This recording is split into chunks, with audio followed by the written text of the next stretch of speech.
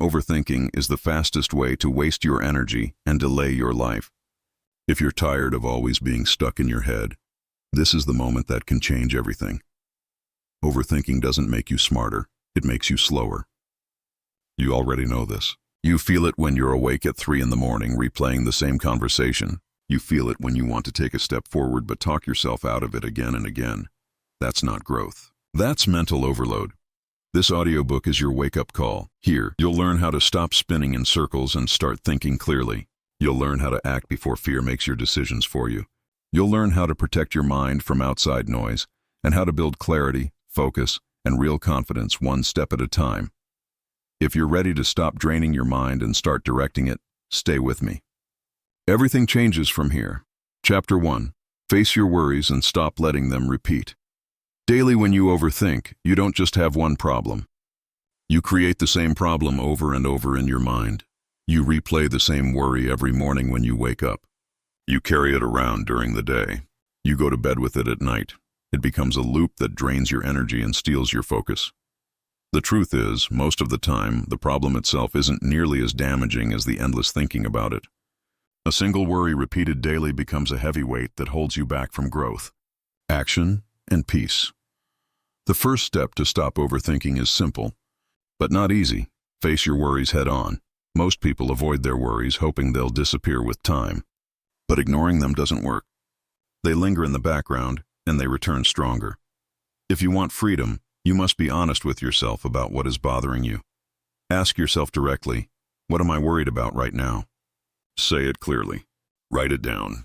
Make it real, because once you face a worry directly, it loses the hidden power it has over you.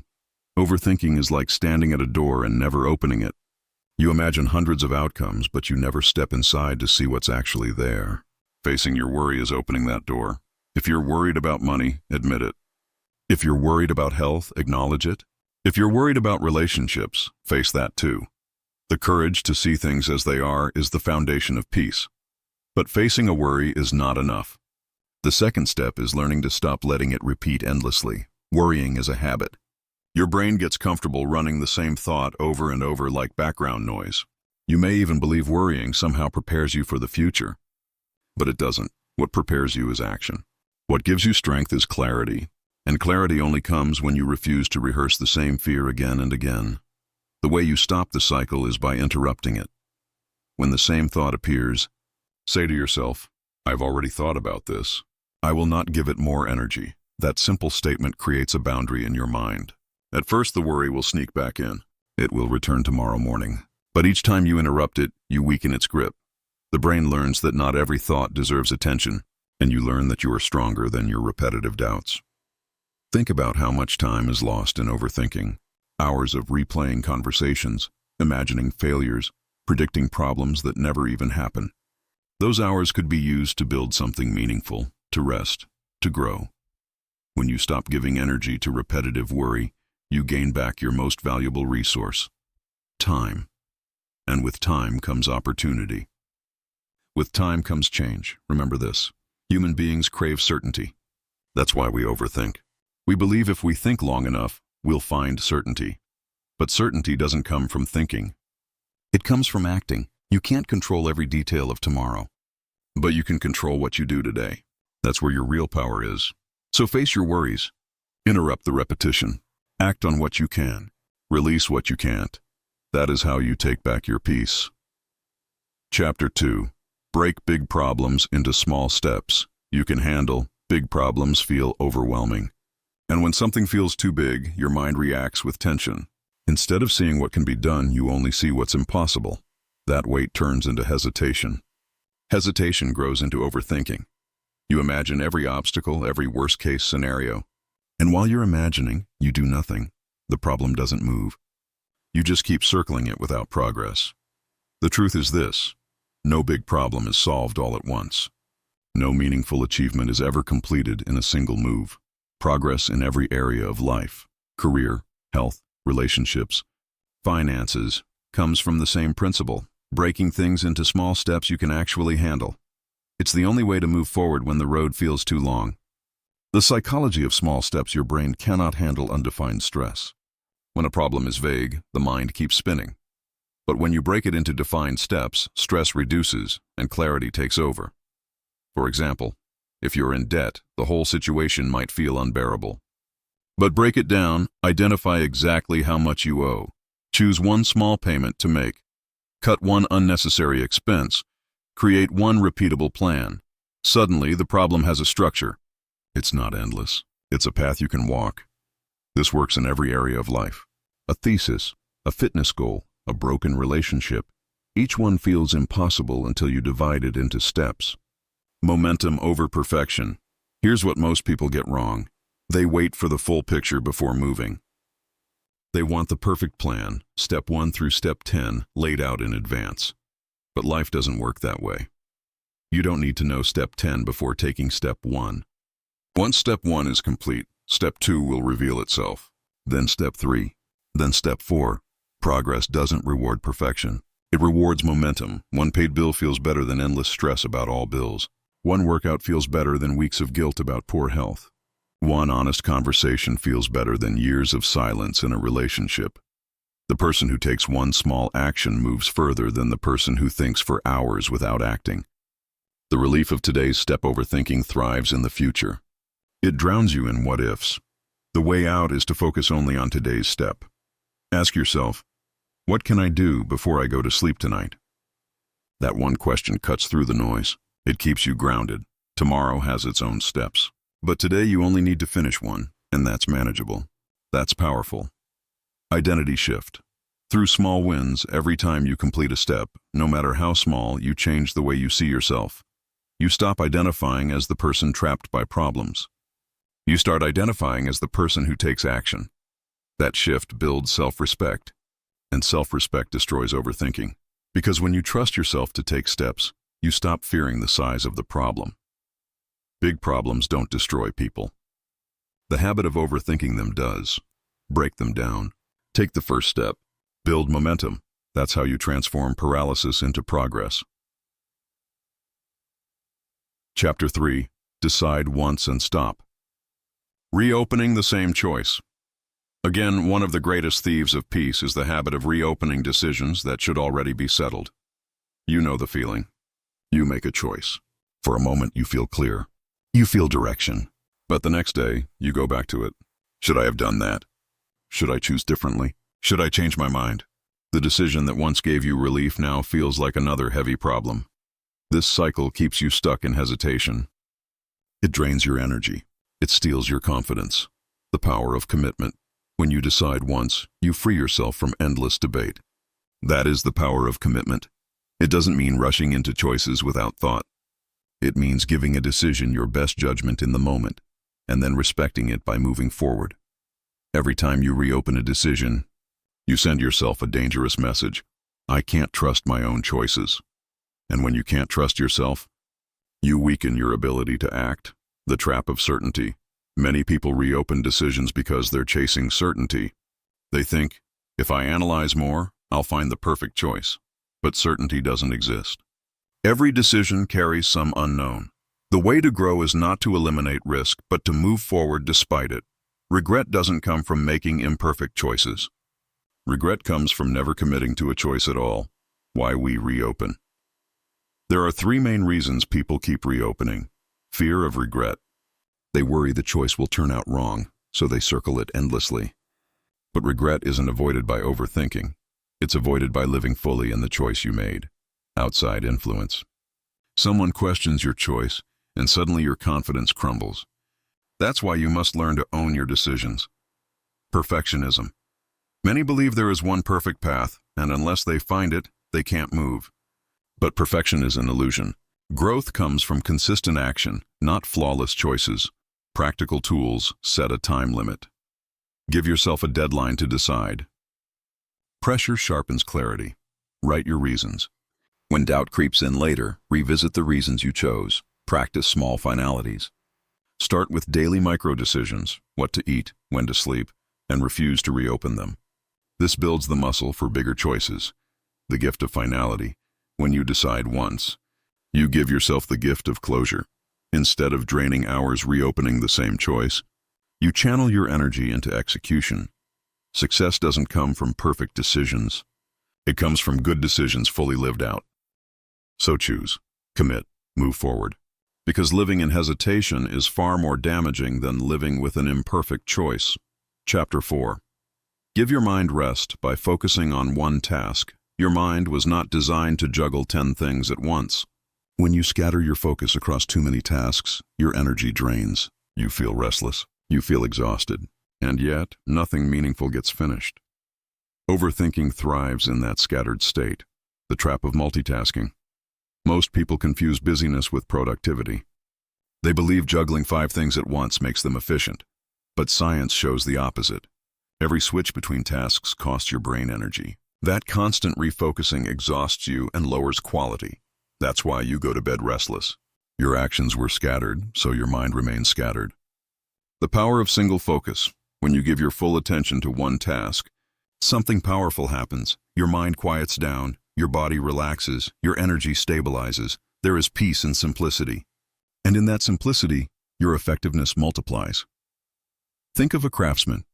If he gives his full focus to one piece of wood, every cut is precise, every detail sharp. But if he divides his attention, none of the pieces are done well. Your life works the same way. Practical applications. If you're eating, just eat. Notice the taste. Slow down. If you're with someone, just be with them. Listen fully without planning your response. If you're working, shut off distractions. Stay with it until it's done. This is how you train your mind to focus, and in return, your overthinking begins to fade. Why people resist. Some resist single focus because they think they don't have time. They believe multitasking saves time, but doing 10 things halfway takes longer than doing one thing fully. Completion frees the mind. Unfinished tasks circle endlessly, demanding attention. Each finished task closes a door in your head. That's rest. That's clarity. The link between focus and confidence. When you complete one task fully, you feel capable. That sense of completion builds self-belief. But when your attention is scattered, you rarely finish. That lack of closure feeds self-doubt. Division creates doubt. Focus creates confidence. Practical habits for single focus. Start the day with one priority. Don't touch anything else until it's complete. Clear distractions. Silence notifications. Set boundaries in your space. Say no. Protect your attention by declining demands that don't align with your priorities. Close doors. Don't move on until the task is done. Each closed loop gives your mind peace. The freedom of simplicity. Your mind craves unity. The more divided it is, the louder the noise becomes. But when you focus on one task at a time, your thoughts quiet down. Your body finds calm. Your relationships deepen. Your work improves. Life isn't about doing more. It's about doing what matters with presence. One task, one focus, one step at a time. That is how you give your mind the rest it desperately needs. Chapter 5. Train yourself to act before fear builds. More doubts. Fear is tricky. It multiplies when it has room to grow. The moment you hesitate, your mind starts building stories. What if I fail? What if I'm not ready? What if everything goes wrong? Every second of delay feeds fear. A simple step begins to look like a mountain. Fear versus action. Fear thrives in inaction. Action dissolves fear. Think back to times you hesitated. Maybe you wanted to speak up in a meeting or approach someone important. You paused. Within minutes, doubts multiplied. By the time you were ready, the moment had passed. Now think about times you acted quickly. You moved before hesitation had time to grow. And what happened? The fear was smaller than you imagined, because fear is loudest before action. Once you're in motion, it weakens. The habit of immediate action, training yourself to act before fear grows, is about building a new habit. When you feel hesitation, move. When you feel fear in your body, sweaty palms, racing heart, treat it as a signal to act, not freeze. When a small task appears, do it immediately. This habit starts small. Send the text. Make the call. Begin the task. Each time you weaken fear's grip. Rules to prevent delay, the 2-minute rule. If it takes less than 2 minutes, do it now. The 2-thought rule. If you've thought about it twice, take the first step. These rules bypass overthinking and train your brain to move forward. Why this matters: most missed opportunities don't come from lack of talent. They come from hesitation. People wait until fear becomes bigger than their desire. Confidence isn't something you wait for. It's something you earn through action. Every time you move despite fear, you prove to yourself, I can handle this. That proof builds real confidence. Practical exercise, try. Immediate action challenges. Each day, choose one situation to act quickly in. Introduce yourself to someone new. Volunteer for a responsibility. Start a task you've been avoiding. The goal isn't perfection. It's speed. Each repetition strengthens the habit. Freedom from fear, imagine. How much lighter life feels when you stop giving fear time to grow. No more hours wasted debating. No more opportunities lost to hesitation. You live with clarity because you move when it matters. You respect yourself because you trust yourself to act. Fear will always appear. But if you train yourself to act before it grows, fear will no longer control you. Chapter 6. Stop chasing what if and start dealing with what is. One of the biggest causes of overthinking is the endless chase of what if. What if I fail? What if they reject me? What if the future falls apart? The mind can spin 1,000 scenarios, none of which exist. And the more you chase them, the more trapped you become. The cost of what if. What if thoughts drain your energy because you're carrying problems that aren't real. You worry about events that may never happen. You stress about futures that don't exist yet. Meanwhile, the life in front of you, the only life you can actually act on, passes by untouched. Shift to what is life becomes lighter when you stop chasing imagined futures and deal with the reality in front of you. The present may not be perfect, but it's real. It's tangible. It's something you can act on today. If you're worried about losing your job, what if thinking keeps you paralyzed? But what is thinking makes you act? Improve your skills, update your resume. Look for opportunities now. Reality is where solutions live. Practical tools reality check. When worry appears, ask, is this real right now or is it imagination? If it's imagination, stop feeding it. If it's real, create an action plan. Ground yourself. Look around.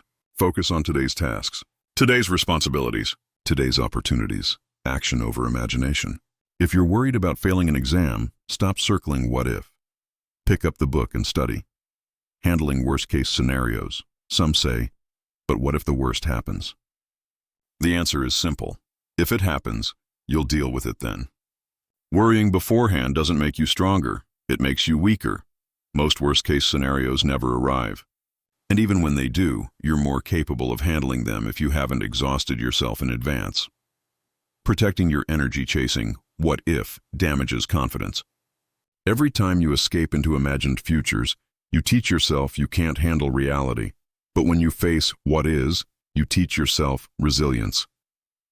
You build self-trust. Imagine waking up and giving your energy only to real challenges, not imagined ones. Imagine ending your day with the peace of knowing you dealt with life directly, instead of chasing shadows. That's the power of choosing reality over imagination. Chapter 7.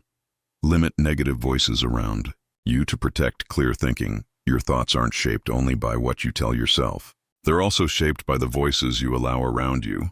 Every opinion, every tone, every repeated comment leaves a mark. Some voices strengthen your clarity. Others plant seeds of doubt. And here's the truth. Overthinking often grows louder when it's constantly watered by negativity. The subtle power of influence. Think back to a time you shared an idea with someone, and their first response was, "That won't work." Their words may have lasted seconds, but the echo remained for hours, maybe days. Negative voices linger. They make you question yourself. They cloud your judgment. Even one dismissive comment can overpower 10 encouraging ones if you give it too much space. The repetition effect. The danger isn't just hearing negativity once. The danger is hearing it repeatedly. Over time, those words creep into your inner voice until they sound like your own. That's why protecting your mental space isn't selfish, it's survival. Clear thinking requires clean input, practical boundaries, shorten time with negative people.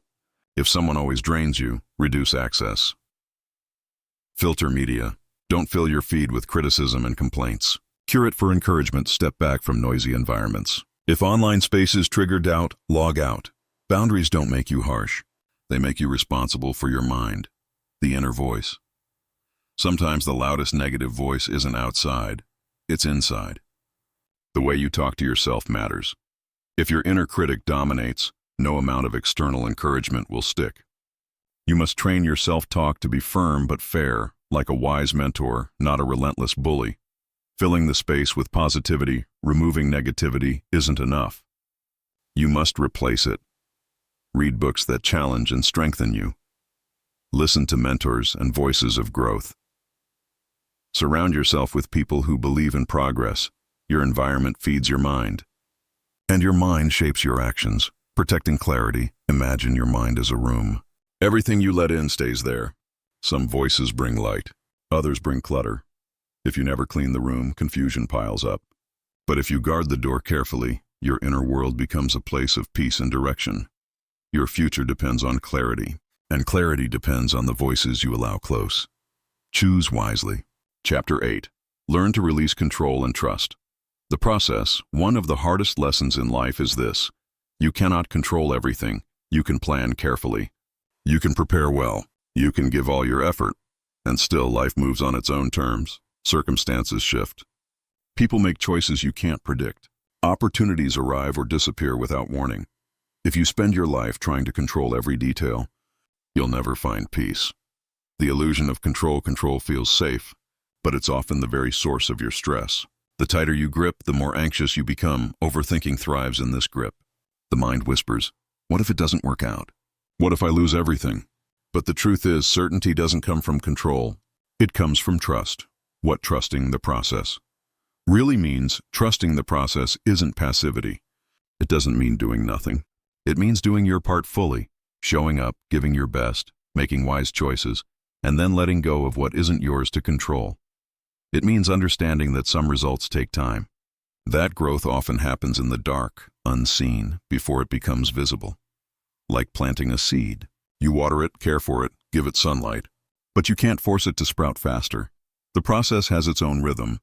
Why releasing control builds? Peace. When you release control, you free yourself from the impossible burden of shaping everything. In relationships, you stop trying to control how others feel, and you start giving space for love and respect. In personal goals, you stop demanding overnight success, and you start respecting steady progress. In challenges, you stop fearing mistakes, and you start learning from them. Releasing control doesn't make you weak. It makes you wise. Practical steps to trust the process, separate action from outcome. Write down what you can do and what you cannot guarantee. Commit to the first, release the second. Patience training. Work steadily on something without checking results constantly. Let progress unfold. Reflect on the past. Remember times life worked out in ways you couldn't plan. Trust is built on noticing patterns of growth you didn't control. The freedom of trust. When you let go of control, you feel lighter. Anxiety decreases. Creativity returns. You become open to unexpected opportunities. Control is fragile. Trust is powerful. And when you live with trust in the process, overthinking loses its grip.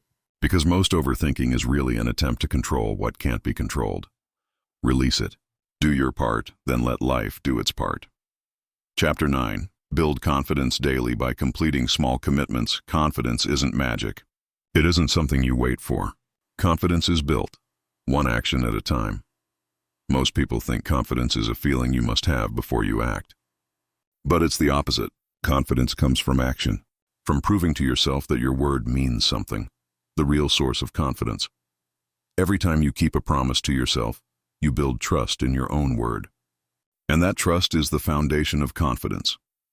On the other hand, each time you break your own promises, self-doubt grows stronger. You tell yourself you'll wake up early, but you hit snooze. You say you'll finish the project, but you leave it undone. Over time, your inner voice whispers, "Why should I trust you?" That's how insecurity is born. The small commitment method. The solution is simple. Start small. Make commitments you know you can keep, and then keep them. Drink 1 extra glass of water today. Write 1 page. Walk for 10 minutes. Send 1 message you've been delaying. These actions seem small, but their psychological effect is enormous. Each one is proof that you can trust yourself. From action to identity, the more you follow through, the more your identity shifts. You stop seeing yourself as someone who quits. You start seeing yourself as someone who finishes, and that shift changes everything. Confidence is not about pretending to be fearless. It's about knowing you can rely on yourself no matter what. Practical ways to build daily commitments list. Each morning, write 3 to 5 small, specific actions you will complete. Keep them realistic. Completion is more important than ambition. Morning and evening ritual. In the morning, set commitments. In the evening, check if you kept them. Build daily accountability. Track your proof. Keep a journal of completed actions. On hard days, read it to remind yourself, I can trust me. Why this matters. Big dreams are built on small bricks. And those bricks are daily commitments. One completed task may not look dramatic, but stack enough of them and you build a wall of confidence strong enough to handle anything. That's how you become unshakable. Chapter 10. Create lasting peace by choosing clarity. Over constant pressure, everyone wants peace. But few people truly find it. Why? Because they live under constant pressure. Pressure to perform, pressure to keep up, pressure to impress, to prove, to achieve more. But pressure without clarity creates chaos. It drains your energy while moving you nowhere. The power of clarity peace doesn't come from doing less. It comes from knowing what matters. Clarity means you stop scattering your energy across everything and you direct it toward the essentials. Without clarity, every task feels urgent. Every distraction feels important. And you live in stress because you can't separate what truly matters from what doesn't. With clarity, life feels lighter. You know which weights to carry and which to put down. Defining what matters, clarity comes from knowing your values. Too many people chase goals that don't belong to them, jobs they don't want, possessions they don't need, milestones society told them they should have. That's why they feel restless even when they succeed. Because it wasn't their path. When you define your values, health, family, growth, contribution, you stop chasing noise. You live aligned, and alignment creates peace. Simplify for sanity. Simplify your environment. Simplify your schedule. Simplify your commitments. Peace comes not from adding more, but from removing what doesn't serve you. A cluttered room reflects a cluttered mind. A clear space creates mental relief. Decision brings peace. Indecision is a silent source of pressure. When you reopen the same choices again and again, you exhaust yourself. Clarity means deciding once and moving forward. No more circling, no more mental tug of war. You free your energy for action instead of endless debate. Living with clarity, when you wake up with clarity, you stop comparing your journey to others. You stop chasing 10 goals at once, you focus on the essentials. You measure progress by your own values, not by outside noise. And that's where real peace lives. Practical habits. Top 3 priorities. Each morning, choose only 3 things that matter most. Declutter regularly. Create space in your environment to create space in your mind. Practice silence. Spend a few minutes daily in quiet. Let your mind settle. That's where clarity grows. The final lesson. Peace doesn't mean life is perfect. It doesn't mean there are no challenges. It means you face life with direction instead of chaos. Pressure will always be available, but so will clarity. And every day, you have the power to choose. Choose clarity. Choose peace. Choose a life free from the chains of overthinking.